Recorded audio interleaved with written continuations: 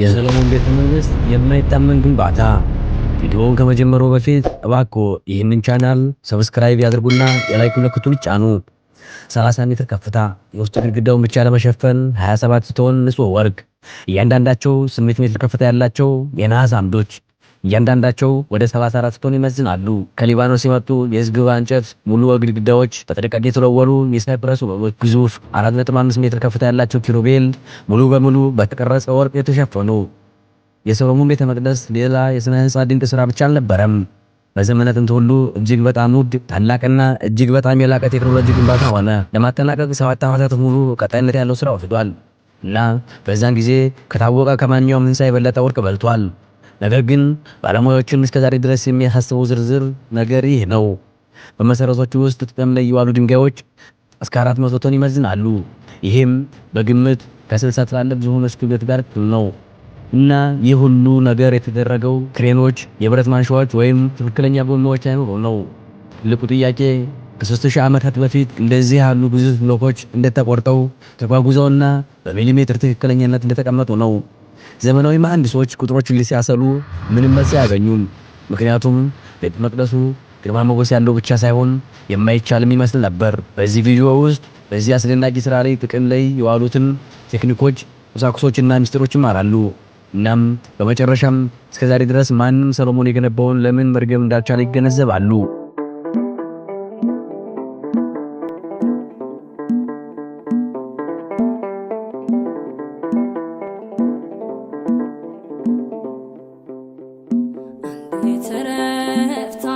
ሰላም ምትክልሽ ማርያም ረግቢ አንቺ ነሽ መደምደሚያ የልቤ ማከሚያ። ሶሎሞን በተራ ድንጋዮች አልረካም። መጽሐፍ ቅዱስ በመጀመሪያ ነገሥት መጽሐፍ ምዕራፍ 5 ቁጥር 17 ላይ ለጌታ ቤት መሰረቶች ትላልቅ እና ውድ ድንጋዮች እንደተጠቀሙ ይገልጻል። ከብዙ መቶ ዓመታት በኋላ በዚያው ቦታ ላይ የተገነባውን የሁለተኛውን ቤተ መቅደስ መድረክ ያጠኑ አርኪኦሎጂስቶች ከ400 ቶን በላይ የሚመዝኑ ብሎኮችን አገኙ። ዲናማይት፣ መጋዝ ወይም ማንኛውም ዘመናዊ መሳሪያ ሳይኖር ያን ያህል መጠን ያለው ድንጋይ ከተራራ መቁረጥ ያስቡት። ሰሎሞን ለዚህ ሥራ 80 ሰዎችን መድቧል። እነርሱም በኢየሩሳሌም ዙሪያ በተራሮች ላይ በተበተኑ የድንጋይ ማውጫዎች ውስጥ ይሰሩ ነበር። ፀሐይ ከመውጣቷ በፊት ይነሱ ነበር። ረጅም ርቀት ይሄዱ ነበር። እናም የፕሮጀክቱ እጅግ አደገኛ የሆነውን ሥራ ይጀምሩ ነበር። ግዙፍ ድንጋዮቹን መቁረጥ። ድንጋዩ እስኪሰበር ድረስ መምታት አልተቻለም ነበር። ከሁሉም በላይ ይህ ማንኛውም ድንጋይ አልነበረም። ፍጹም ቁርጥራጮች፣ ትክክለኛ መገጣጠሚያዎችና እኩል ገጽታዎች ያስፈልጉ ነበር። ስለዚህ እያንዳንዱ ብሎክ በትክክለኛ ቦታ እንዲገጣጠም ያስፈልግ ነበር።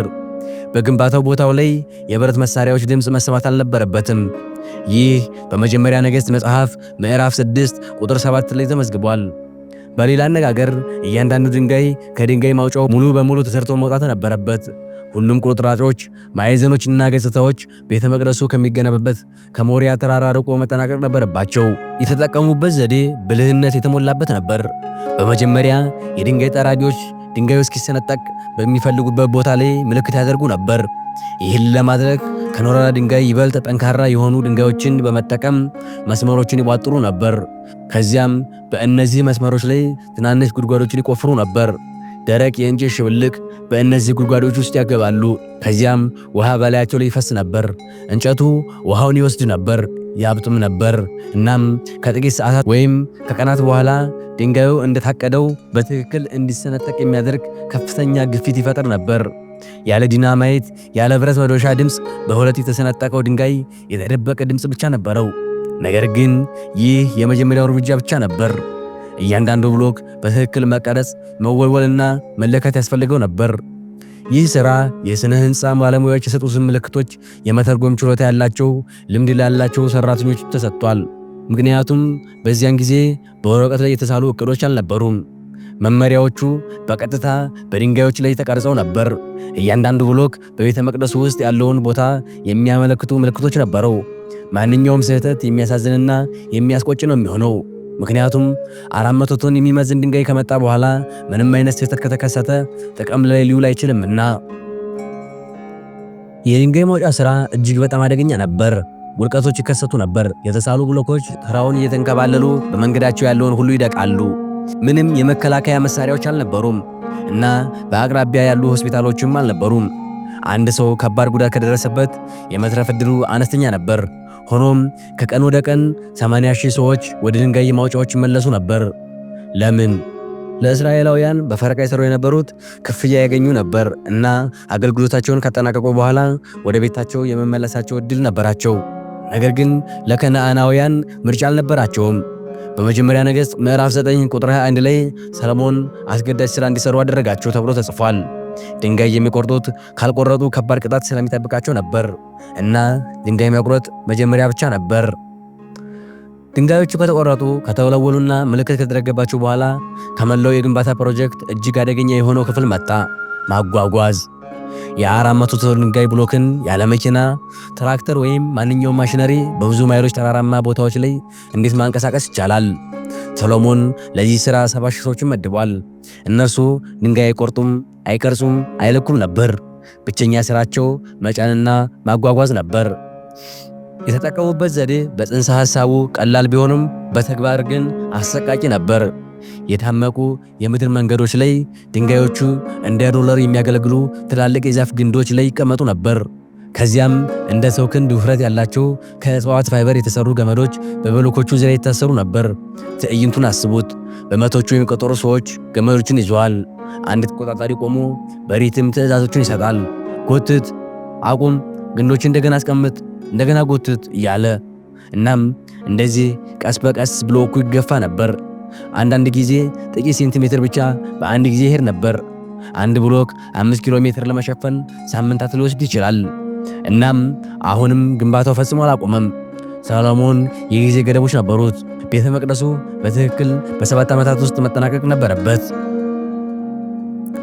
አንድ ብሎክ በመጨረሻ ወደ ኢየሩሳሌም ቦታ ሲደርስ ነገሮችን ይበልጡ ስብስብ የሚያደርግ ሌላ ሕግ ነበር። የብረት መሳሪያዎች ድምፅ ሊኖር አይገባም። ድንጋዩ ከተሳሳተ ቦታ ላይ ከሆነ ለማስተካከል መዶሻ መምታት አይፈቀድም። ወደ በኋላ መመለስ፣ እንደገና ማስቀመጥና እንደገና መሞከር ነበረበት። ስለዚህ ተቆጣጣሪዎቹ የማይታገሱ ነበሩ። እያንዳንዱን ማዕዘን፣ እያንዳንዱን መለኪያ ያጣሩ ነበር። እያንዳንዱ ድንጋይ ሲቀመጥ ውጥረቱን እየጨመረ ይሄዳል። ምንም ስህተቶች ሊፈጠሩ አይችሉም። ምንም ድምፅ ሊደረግ አይችልም። እያንዳንዱ እንቅስቃሴ የቴክኒካዊ ስሌትና የመንፈሳዊ አክብሮት ድብልቅ ነበር። ድንጋዮቹን ማጓጓዝ ገዳይ ፈተና የነበረ ቢሆንም ሌላ ግዙፍ ችግርም ነበር፣ እንጨት። የሰሎሞን ቤተ መቅደስ በድንጋይ ብቻ ሊገነባ አይችልም። የሊባኖስ ዝግባ እንጨት ያስፈልግ ነበር። በዘመነ ጥንት ሁሉ እጅግ በጣም የተከበረና ተፈላጊ እንጨት። ይህ እንጨት በጥንካሬው፣ አስደሳች መዓዛውና የተፈጥሮ መበስበስን የመቋቋም ችሎታው የታወቀ ነበር። ነገሥታትና ንጉሠ ነገሥታት ቤተ መንግሥቶቻቸውንና ቤተ መቅደሶቻቸውን ለመገንባት የተጠቀሙበት እንጨት ነበር። ነገር ግን አንድ ችግር ነበር። ዝግባዎች በእስራኤል ውስጥ አይበቅሉም ነበር። ከ200 ኪሎ ሜትር ርቀት ላይ ነበሩ። በሊባኖስ ተራሮች ውስጥ 200 ኪሎ ሜትር የከፍታና የዝቅታ ሸለቆዎች፣ ወንዞችና አደገኛ መሬት። በሺዎች የሚቆጠሩ ከባድ መንገዶችን ያለ መኪና መንገድ ወይም የባቡር መስመር እንዴት ማጓጓዝ ይቻላል? በመጀመሪያ ነገሥት ምዕራፍ 5 ቁጥር 6 እስከ 11 ላይ እንደምናገኘው ሰሎሞን ወደ ጢሮስ ንጉሥ ኪራም መልእክት እንዲህ ሲል ላከ። እግዚአብሔር ከእግሩ በታች እስኪጥልለት ድረስ በዙሪያው ስለነበሩ ሰልፍ አባቴ ዳዊት የአምላኩን የእግዚአብሔርን ቤት መስራት እንዳልቻለ አንተ ታውቃለህ። አሁንም አምላኬ እግዚአብሔር በዙሪያዬ ካሉት ረፍት ሰጥቶኛልና ጠላትም ክፉ ነገርም የለብኝም። እነሆም እግዚአብሔር ለአባቴ ለዳዊት በአንተ ፋንታ በዙፋን ላይ የማስቀምጠው ልጅህ እርሱ ለስሜ ቤት ይሰራል ብሎ እንደነገረው ለአምላኬ ለእግዚአብሔር ስም ቤት ሰራ ዘንድ አስባለሁ። አሁንም ከወገኔ እንደ ሲዶናውያን እንጨት መቁረጥ የሚያውቅ እንደሌለ ታውቃለህና የዝግባ ዛፍ ከሊባኖስ ቆርጦልኝ ዘንድ ባሪያዎችህን እዘዝ። ባሪያዎችህም ከባሪያዎችህ ጋር ይሆኑ፣ የባሪያዎችህንም ዋጋ እንደተናገርክ ሁሉ ሰጣለሁ። ኪራምም የሰሎሞንን ቃል ሰምቶ እጅግ ደስ አለውና በዚህ በታላቅ ሕዝብ ላይ ጥበበኛ ልጅ ለዳዊት የሰጠ እግዚአብሔር ዛሬ ይመስገን አለ። ኪራምም የላከህብኝ ሁሉ ሰምቻለሁ። ስለ ዝግባውና ስለ ጥዱ እንጨት ፈቃድህ ሁሉ አደርጋለሁ። ባሪያዎቼ ከሊባኖስ ወደ ባሕር ጎትቱታል። እኔም በታንኳ አድርጌ በባሕር ላይ እያንሳፈፍ አንተ እስከ ወሰንኸው ስፍራ ድረስ አደርስልሃለሁ። በዚያም እፈተዋለሁ። አንተም ከዚያ ታስወስደዋለህ። አንተም ፈቃዴን ታደርጋለህ፣ ለቤቴም ቀለብ የሚሆነውን ትሰጠኛለህ ብሎ ወደ ሰሎሞን ላከ። ኪራም ስምምነቱን ተቀበለ። ነገር ግን ርካሽ አልነበረም። እስራኤል በዓመት 20 ሺህ የቆሮስ መስፈሪያ ስንዴ መጠን ትከፍላለች። ይህም ከ4 ሚሊዮን ኪሎ ስንዴ በላይ ነው። በተጨማሪም 20 ሺህ የዘይት መለኪያ የወይራ ዘይት ወደ 2 ሚሊዮን ሊትር የሚሆን ነበር። ይህ እጅግ በጣም ብዙ ገንዘብ ነበር። ነገር ግን ሰለሞን ያውቅ ነበር፣ ያለ ዝግባ ቤተ መቅደስ አይኖርም። ለዚህ ሥራ 10 ሺህ እስራኤላውያን ወደ ሊባኖስ ተላኩ። እነርሱም በፈረቃ ይሰሩ ነበር። በመጀመሪያ ነገሥት መጽሐፍ ምዕራፍ 5 ቁጥር 14 ላይ እንደተገለጸው 1 ወር ሙሉ በሊባኖስና 2 ወር ሙሉ በቤታቸው ከቤተሰቦቻቸው ጋር ይኖሩ ነበር። አዶኒራም ቡድኖችን የማስተባበር ኃላፊነት ነበረበት። እነዚህ ሰዎች ተራሮችን ወጥተው ከሲዶናውያን እንጨት ተራቢዎች ጋር ጎን ለጎን ይሰሩ ነበር። በመቶዎች ለሚቆጠሩ ዓመታት የቆዩ ዝግባዎችን ለመቁረጥ ባለሙያዎች ከበርካታ ሜትሮች ከፍታ ሊደርሱ የሚችሉ የባለሙያዎች ችሎታ ያስፈልግ ነበር። ምክንያቱም የመውደቅ አቅጣጫ ላይ የተደረገ ስህተት ግንዱን ሊያበላሽና ሰራተኞችን ሊገድል ይችላልና። ግንዶቹ ከተቆረጡና ከተዘጋጁ በኋላ የማጓጓዣው የመጀመሪያ ደረጃ ተጀመረ። እሱም በባህር ነበር። የእንጨት ጠራቢዎች ግንዶቹን አንድ ላይ በማሰር ትላልቅ ራፍቶችን ይፈጥሩ ነበር። እነዚህ ተንሳፋፊ መዋቅሮች ከዚያም በሜዲትራኒያን ባህር ላይ በመግፋት በትናንሽ ጀልባዎች ይመሩ ነበር። ራፍቶቹ ወደ ኢትዮጵያ ባህር ወደብ ሲደርሱ፣ ይህም ዛሬ ከቴል አቪቭ ክልል ጋር ይዛመዳል፣ ወደ ኢየሩሳሌም ለመሄድ በግምት 60 ኪሎ ሜትር ቀርቷቸው ነበር። አጭር ርቀት ይመስላል፣ ነገር ግን እያንዳንዱ ግንድ ቶን ይመዝናል። የመሬት ትራንስፖርት እንደ ድንጋይ ተመሳሳይ ዘዴ ተጠቅሟል። ትናንሽ ግንዶች እንደ ሮለር ወፍራም ገመዶችና በመቶዎች የሚቆጠሩ ሰዎች አንድ ላይ እየጎተቱት ነበር። በመጨረሻም ወደ ኢየሩሳሌም የደረሰ እያንዳንዱ ግንድ በታሪክ እጅግ ግርማ ሞገስ ያለው ቤተ መቅደስ እንቆቅልሽ ውስጥ የሚገጣጠም ሌላ ቁራጭ ነበር። የጥንት ዘመን እጅግ ግርማ ሞገስ ያለውን ግንባታ ቦታ አስቡት። በመቶዎች የሚቆጠሩ ሰዎች ግዙፍ ድንጋዮችን ያንቀሳቀሳሉ።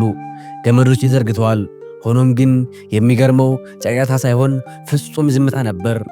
የመጀመሪያው ነገሥት መጽሐፍ ምዕራፍ 6 ቁጥር 7 የማይቻል የሚመስል ግን እንዲህ ሲል ይዘግባል። ቤቱን በተሰራ ጊዜ ፈጽሞ በተወቀሩ ድንጋዮች ተሰራ። በተሰራም ጊዜ መራጃና መጥረቢያ፣ የብረት ዕቃ ሁሉ በቤት ውስጥም አልተሰማም። የብረት ድምፅ የለም፣ የመዶሻ ድብደባ የለም፣ የብረት ጩኸት በሞሪያ ተራራ ላይ አልተሰማም። ይህ ስራውን 10 እጥፍ አስቸጋሪ አድርጎታል። እያንዳንዱ ድንጋይ ከድንጋይ ማውጫው ሙሉ በሙሉ ተዘጋጅቶ መውጣት ነበረበት። እያንዳንዱ መለኪያ ፍጹም መሆን ነበረበት። ስህተት ቢኖር ማስተካከያዎች አልተፈቀዱም። እስካሁን ሰብስክራይብ ካላደረጉ አሁኑኑ በማድረግ እና የኖቲፊኬሽን ደወል ምልክቱን በመጫን ቤተሰባችንን ይቀላቀሉ። ይህን ለማስቻል የስነ ህንፃ ባለሙያዎችና ዋና ግንበኞች ብልሃተኛ ስርዓት አዘጋጁ። አሁንም በድንጋይ ማውጫዎች ውስጥ ሳሉ በድንጋዮች ላይ ምልክቶች ተቀርጸው ነበር። የዕብራይስጥ ፊደላት፣ ቁጥሮችና እያንዳንዱ ብሎክ የሚገኝበትን ትክክለኛ ቦታ የሚያመለክቱ ልዩ ምልክቶች። ድንጋዩ ወደ ኢየሩሳሌም ሲደርስ ማድረግ ያለባቸው ምልክቶችን ማንበብ ብቻ ነበር። ግንበኞቹ የት መቀመጥ እንዳለበት በትክክል ያውቁ ነበር። እንደገና መለካት አያስፈልጋቸውም ነበር። ሊያሻሽሉ አይችሉም ነበር። ዝም ብለው አንድ ላይ ያገጣጥሙት ነበር። ስራው ውጥረት የበዛበት ነበር። ከባቢ አየሩ በአክብሮትና በውጥረት የተሞላ ነበር። በመቶዎች የሚቆጠሩ ሰዎች ግዙፍ ብሎኮችን በዝምታ ያንቀሳቀሱ ነበር። የተፈቀዱት ብቸኛ መሳሪያዎች የእንጨት ማንሻዎች፣ ሽብልቅና ገመዶች ነበሩ። እያንዳንዱ እንቅስቃሴ ይሰላል። እያንዳንዱ ትዕዛዝ በትክክል መከተል ነበረበት።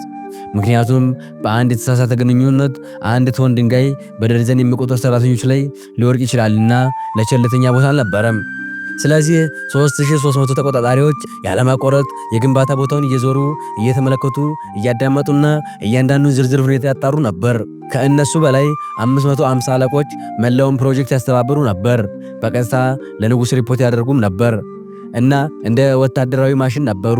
በጠንካራ ዲስፕሊን የተደራጀ ትዕዛዞችን ለሚከተሉ ሽልማቶችና ለሚሳሳቱ ከባድ ቅጣቶችም ነበሩ። የሚነሳው ጥያቄ ይህ ሕግ ለምን ነበር?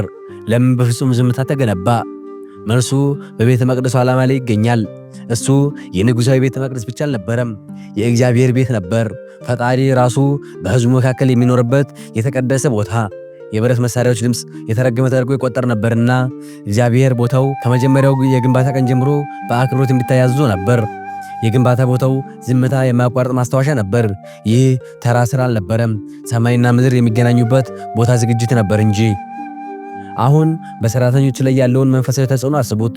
ከቀን ወደ ቀን ግዙፍ ድንጋዮችን በዝምታ መንቀሳቀስ፣ ጮክ ያለ ዝማሬ የለም፣ መዶሻ የለም፣ የገመድ ጩኸት፣ የጡንቻዎች ውጥረት እና የጌታን ቤት የመገንባት ኃላፊነት ብቻ ነበር። ይህ የተገደደ ዝምታ ስራውን ወደ ቀጣይነት ያለው የአምልኮ አገልግሎት ለወጠው። እያንዳንዱ ለአብ መስዋዕት ነበር።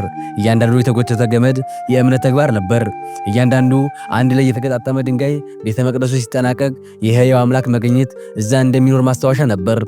ድንጋዮቹ እና እንጨቶቹ አስደናቂ የነበሩ ቢሆንም ቤተ መቅደሱን በእውነት ጎላ ያደረገው ብርሃኑ ነበር። መጽሐፍ ቅዱስ 27 ቶን ንጹሕ ወርቅ ለውስጥ መሸፈኛ ብቻ እንደተጠቀሙ ይገልጻል። ቅድስተ ቅዱሳኑ እጅግ ቅዱስ ቦታ 9 ሜትር ርዝመት፣ 9 ሜትር ስፋትና 9 ሜትር ከፍታ ነበረው እና መላው ቦታ ግድግዳዎቹ፣ ጣሪያውን፣ ወልወሉ ሙሉ በሙሉ በተቀረጸ ወርቅ ተሸፍኖ ነበር። የወርቅ ቀለም አልነበረም ወይም ቀጭን የጌጥ ንብርብር አልነበረም። እነዚህ እውነተኛ ወርቅ ሳህኖች ነበሩ፣ በተሻለ መጠን ቀጭን ተደርገው ተቀርጸው ከዚያም በዝግባ እንጨት ላይ የተቸነከሩ። በዙሪያው ያለው ሁሉ ብርሃን የሚያንጸባርቅበት ቦታ መግባት ያስቡት። በትንሽ ፀሐይ ውስጥ እንዳለ ሆኖ ነበር የእግዚአብሔር ክብር የሚታይ ነጸብራቅ። ይህን ስራ ያከናውነው ማን ነበር? እስራኤል በቂ ችሎታ ያላቸው የእጅ ባለሙያዎች አልነበሯቸውም። ስለዚህ ሰሎሞን ከጢሮስ ከተማ ኪራም የሚባል የውጭ ሰው ጠራ።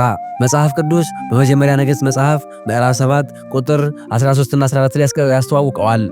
እርሱ ከነፍታሌም ነገድ የመጣች የበመለት ልጅ ነበር። እናም አባቱ በጢሮስ የነሐስ የእጅ ባለሙያ ነበር። ጽሑፉ ኪራም በነሐስ ውስጥ ያለውን ሥራ ሁሉ ለመፈጸም በጥበብ በማስተዋልና በእውቀት የተሞላ እንደነበር ይናገራል። በእሱ አመራር ስር ወርቁ ብቻ ሳይሆን ነሐስም በብቃት ተሰርቷል። እያንዳንዳቸው 8 ሜትር ከፍታ ያላቸው እና 34 ቶን የሚመዝኑ ያዕቁምና በለዝ የተባሉትን 2 ግዙፍ አምዶች ያመረተው እርሱ ነበር። በ12 የብረት በሬዎች የተደገፈውን ታላቁን የነሐስ የማንጻት ገንዳ የሰራውም እርሱ ነበር። ወርቅ የማቀነባበሩ ሂደት አድካሚ ነበር። ምድጃዎች ቀንና ሌት ይነዱ ነበር። በብዙ እንጨት ይሞቃሉ። ሙቀቱ ሊቋቋሙት የማይቻል ነበር። ሰዎች አነስተኛ መጠን ያለው ወርቅ ለስላሳ እስከሚሆን ድረስ ያሞቁ ነበር። ከዚያም ብረቱን በድንጋይ ላይ ባሉ ማሻሻያዎች ላይ መዶሻ ይመቱት ነበር። በመቶዎች የሚቆጠሩ ጊዜያት እየዞሩና እየመቱ አንድ አይነት ቀጭን ሳህኖች እስኪፈጠሩ ድረስ እንዲሁ ያደርጋሉ። እያንዳንዱ ሳህን ለመስራት ሰዓታት ይወስድ ነበር እና መላውን ቤተ መቅደስ ለመሸፈን በሺዎች የሚቆጠሩ ሳህኖች ያስፈልጉም ነበር። ሰራተኞች ፈረቃ ይለውጡ ነበር፣ ምክንያቱም ማንም ከእሳት አጠገብ ለረጅም ጊዜ መቆም አይችልምና። ላብ ፊታቸው ላይ ይፈስ ነበር። እናም በእጆቻቸውም ወፍራም ጨርቆች ቢጠቀልሉም ይቃጠሉ ነበር። ብዙዎች ጉዳት ይደርሶባቸዋል። ነገር ግን ይህ ሥራ ልዩ እንደሆነ ስለሚያውቁ ቀጥለዋል። በቅድስተ ቅዱሳኑ መካከል ኪሩቤል ቆመው ነበር። እያንዳንዳቸው 15 ጫማ ከፍታ ነበራቸው። የተዘረጉ ክንፎቻቸው ተቃራኒ ግድግዳዎችን ይነኩ ነበር። የክፍሉም ሙሉ ስፋት ይሸፍናሉ። ከእንጨት የተሰሩ ቢሆኑም ሙሉ በሙሉ በወርቅ ተሸፍነው ነበር። መገኘታቸው የእስራኤልን አምላክ ክብርና ሞገስ ይወክል ነበር። እዚያ በኪሩቤል መካከል የቃል ኪዳኑ ታቦት ይቀመጥ ነበር። የእይታ ውጤቱን ያስቡት። መላው ቦታ በወርቅ ያበራል። ግዙፉ ኪሩቤል አንጸባረቃል እና በመሃል ታቦቱ እግዚአብሔር ከሕዝቡ ጋር የሚገባው ቃል ኪዳን ምልክት አለ። ያን ያህል ወርቅ ከየት መጣ? መጽሐፍ ቅዱስ በመጀመሪያ ነገሥት መጽሐፍ ምዕራፍ 10 ቁጥር 14 ላይ ሰሎሞን በየዓመቱ 660 መክሊት ወርቅ እንደተቀበለ ይመዘግባል። ይህም በዓመት ከ22 ቶን በላይ እኩል ነው። ከዚህ ግብር አንዳንዱ ከአጎራባች መንግስታት፣ አንዳንዱ በእስራኤል ቁጥጥር ስር ከነበሩ ማዕድናት እና አንዳንዱ ደግሞ ከሌሎች ነገስታት ከተላኩ ስጦታዎች ይመጣ ነበር። ከዚህ ወርቅ አብዛኛው ለቤተ መቅደሱ የታሰበ ነበር። ግድግዳዎች ብቻ ሳይሆን መሰዊያዎች፣ ጠረጴዛዎች፣ ዕቃዎችና ሰንሰለቶችም ከንጹህ ወርቅ የተሰሩ ነበሩ። ሁሉም ነገር ያብረጨልጭ ነበር። መላው ቤተ መቅደስ ምህንድስናን፣ ውበትንና መንፈሳዊነትን ያጣመረ የሥነ ጥበብ ሥራ ነበር። ቤተ መቅደሱ የተገነባው የሥነ ሕንፃ ድንቅ ሥራ ብቻ ለመሆን አልነበረም። ግርማ ሞገሱ ዓላማ ነበረው፣ የዘላለም አምላክን ክብር ለማንጸባረቅ። እያንዳንዱ ድንጋይ በዝምታ ተቆርጧል። እያንዳንዱ ግንድ በጥራት ከሊባኖስ መጥቷል። እያንዳንዱ የወርቅ ሳህን እስኪያብረቀርቅ ድረስ ተቀርጿል። ሁሉም ነገር ወደ አንድ እውነታ ያመላክት ነበር፣ ፈጣሪ በሕዝቡ መካከል ለመኖር እንደመረጠ። እናም ቤተ መቅደሱ ሲጠናቀቅ የድንጋይ የእንጨትና የወርቅ ቤት ብቻ አይሆንም፣ የሁሉን ቻይ አምላክ መገኛ ቦታ ይሆናል። የዚህ ሥራ ስኬት ታላላቅ ምስጢሮች አንዱ ወታደራዊ አደረጃጀት ነበር። መጽሐፍ ቅዱስ በመጀመሪያ ነገሥት መጽሐፍ ምዕራፍ 5 ቁጥር 16 ላይ 3300 ተቆጣጣሪዎች እንደነበሩ ይዘግባል። እያንዳንዳቸው በደርዘን የሚቆጠሩ ሰራተኞችን ይቆጣጠራሉ። ዲሲፕሊንንና ጥራትን ያረጋግጡ ነበር። ከእነሱ በላይ በመጽሐፈ ዜና መዋዕል ምዕራፍ 8 ቁጥር 10 ላይ እንደተገለጸው 550 ዋና የበላይ መልካቾችም ነበሩ። እነዚህ መሪዎች በቀጥታ ለንጉሥ ሪፖርት ያደርጉ ነበር። በአጠቃላይ ቤተ መቅደሱ የድንጋይ ጠራቢዎችን፣ አጓጓዦችንና አናጺዎችን የእጅ ባለሙያዎችን ጨምሮ በግምት 150,000 ሰራተኞችን ያካተተ ነበር። አስቸጋሪነቱን አስቡት። የድንጋይ ማውጫዎች በተራሮች ላይ ተበትነዋል። የሊባኖስ ደኖች 200 ኪሎ ሜትር ርቀት ላይ ናቸው። የብረታ ብረት ምድጃዎች ያለማቋረጥ ይሰራሉ እና ማዕከላዊ የግንባታ ቦታ በሞሪያ ተራራ ላይ ነበር። እያንዳንዱ የሥራ ግንባር ፍጹም ተቀናጅቶ መሆን ነበረበት። ምክንያቱም በማንኛውም ቦታ መዘግየት ቢከሰት መላው ፕሮጀክት ይቆማል። እናም በሚያስደንቅ ሁኔታ በ7 ዓመታት ከ255 ቀናት በኋላ ቤተ መቅደሱ በጊዜው ተጠናቀቀ። በሰለሞን የግዛት ዘመን በ11ኛው ዓመት በ8ኛው ወር የመጨረሻው ድንጋይ ተቀመጠ። ቤተ መቅደሱ ዝግጁ ነበር። ከወራት በኋላ በዳስ በዓል ወቅት የመረቃው ተካሄደ። መላው እስራኤል በኢየሩሳሌም ተሰበሰበ። ካህናት የቃል ኪዳኑ ታቦት ወደ ቅድስተ ቅዱሳኑ በወርቃማ ኪሩቤል ክንፎች ስር አስገቡት። እናም እዚያ ከተፈጥሮ በላይ የሆነ ነገር ተከሰተ። መጽሐፍ ቅዱስ በመጀመሪያ ነገሥት ምዕራፍ 8 ቁጥር 10 እና 11 ላይ ደመና ቤተ መቅደሱን እንደሞላው ይዘግባል። ተራ ጭስ አልነበረም፣ የጌታ ክብር ነበር እንጂ። የእግዚአብሔር መገኘት በጣም ኃይለኛ ስለነበር ካህናቱ መቆም አልቻሉም ነበር። በድንጋይ በእንጨትና በወርቅ የተሰራው ቦታ አሁን በሕያው አምላክ መንፈስ ተሞልቶ ነበር። መስዋዕቱ ግርማ ሞገስ ያለው ነበር። ሰለሞን መረቃውን በታላቅ መስዋዕት አከበረ። 22,000 በሬዎችና 120,000 በጎች በመጀመሪያ ነገሥት ምዕራፍ 8 ቁጥር 63 ላይ እንደተዘገበው አደረገ። እነዚህ ቁጥሮች ሀብትን ብቻ ሳይሆን አክብሮትንም አሳይተዋል። ንጉሡንና መላው ሕዝብ ቤተ መቅደሱ ለሰው ልጅ ግብር ሳይሆን የሰማይና የምድር ፈጣሪ ክብር እንደሆነ ተረዱ። የሰሎሞን ቤተ መቅደስ ያለ ጥርጥር የዘመናትን ታላቅ ሥራ ነበር። በመጠኑም ሆነ በሚያስደንቅ የቁሳቁስ መጠን ብቻ ሳይሆን ሁሉም ነገር በዝምታ፣ በአደረጃጀት፣ በዲስፕሊንና ከሁሉም በላይ የእግዚአብሔር ማደሪያ የመሆን ዓላማ ተደርጎ በመስራቱ ነው እንጂ። በመቶዎች የሚቆጠሩ ሰዎች ድንጋይ እየቆረጡ፣ ገመድ እየጎተቱ፣ አውሎ ነፋሱን እየተጋፈጡ ወይም ሊቋቋሙ የማይችሉት ሙቀት ውስጥ እየሰሩ ሕይወታቸውን አጥተዋል። ነገር ግን የተረፉት የማይቻለውን እውን ሲሆን በዓይናቸው ማየት ችለዋል። እናም ቤተ መቅደሱ ዛሬ የሚያስተላልፍልን መልእክት ይህ ነው። በሰው ዓይን የማይቻል የሚመስለው ነገር ሁሉ በፈጣሪ በእግዚአብሔር ሁሉ ነገር ይቻላል። ቤተ መቅደሱ ስለ ወርቅና ድንጋይ ብቻ አልነበረም፣ ነገር ግን የጌታ መገኘት ቤቱን በመሙላት ላይ ነበር እንጂ። ይህ መልእክት እርስዎን እየጠቀመ ከሆነ አሁኑ ሰብስክራይብ በማድረግ ያግዙን። ምንም ይዘት እንዳያመልጦ የደወል ምልክቱን ይጫኑ። ምክንያቱም በየሳምንቱ ጥልቅ የመጽሐፍ ቅዱስ ታሪኮችን፣ ራእዮችና ብዙ ጊዜ ሰምተው የማያውቁ ዝርዝሮችን በምንለቅበት ጊዜ ፈጥኖ እንዲደርሱ ያደርጋል። የደንበኝነት አባልነቶ የእግዚአብሔርን ቃል ይበልጥ እንድናሰራጭ ይረዳናልና አሁኑ በመቀላቀል በዚህ ጉዞ ላይ ከእኛ ጋር ይሁኑ። በሌላ መንፈሳዊ ትረካ እስከምንገናኝ ቸር ሰንብቱ እያልን የዛሬውን እዚህ ጋር እናበቃለን። ወስብሐት ለእግዚአብሔር። ይቆየን።